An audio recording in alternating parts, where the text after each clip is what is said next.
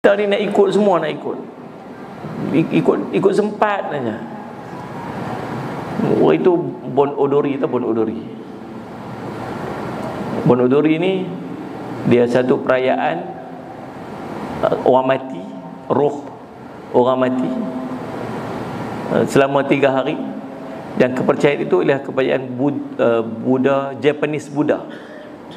Pada agama kat-kat buat keluar fatwa lah, Jabatan Mufti buat keluar fatwa lah, ustaz-ustaz pesan janganlah. Semua orang dengar, alhamdulillah. 34,000 orang je pergi. Lagi kita kata jangan. Bab benda lain tak apa, bab dengan agama orang tak boleh. Kan Ustaz Muhammad? Saya buat satu video berkaitan dengan orang Islam pakai topi Santa Claus. Topi, orang Islam pakai topi dan berpakaian Santa Claus. Boleh tak boleh? Rujuk mesyuarat Ahli Badan Kuasa Majlis Fatwa Kebangsaan bersidang tahun 2015 membincangkan perihal orang Islam yang memakai pakaian Santa Claus, topi Santa Claus, baju Santa Claus, buat pokok Christmas orang Islam. Majlis Fatwa Kebangsaan, mesyuarat Ahli Jabatan Kuasa Majlis Fatwa Kebangsaan buat keluar fatwa tak boleh pasal dia pakaian agama. Dia bukan budaya, dia agama.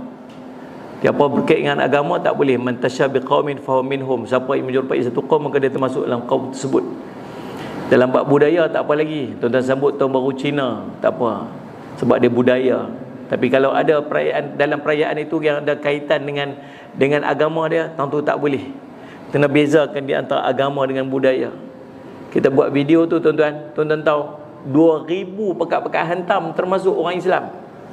Dia kata kita kolot, dia kata kita tak reti, dia kata kita ni ahli syurga, pegang kunci syurga, neraka orang.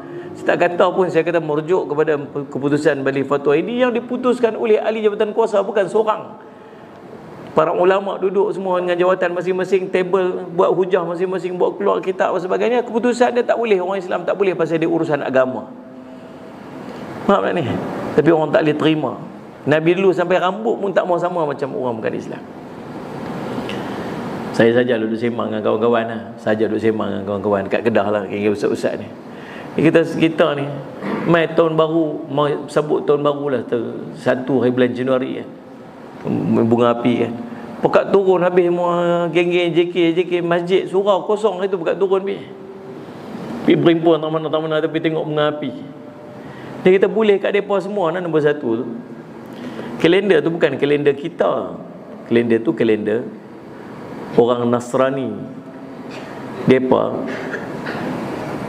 ambil tahun kelahiran Nabi Isa AS tu sebagai permulaan kalender. Kalau dia nak sambut, dia sambut tu dia punya cerita lah. Kita apa nak tumpang sambut sekali.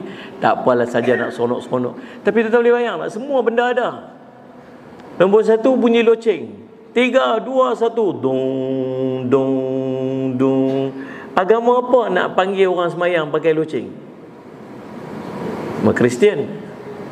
Lepas tu lagi tembok bunga api, bunga api.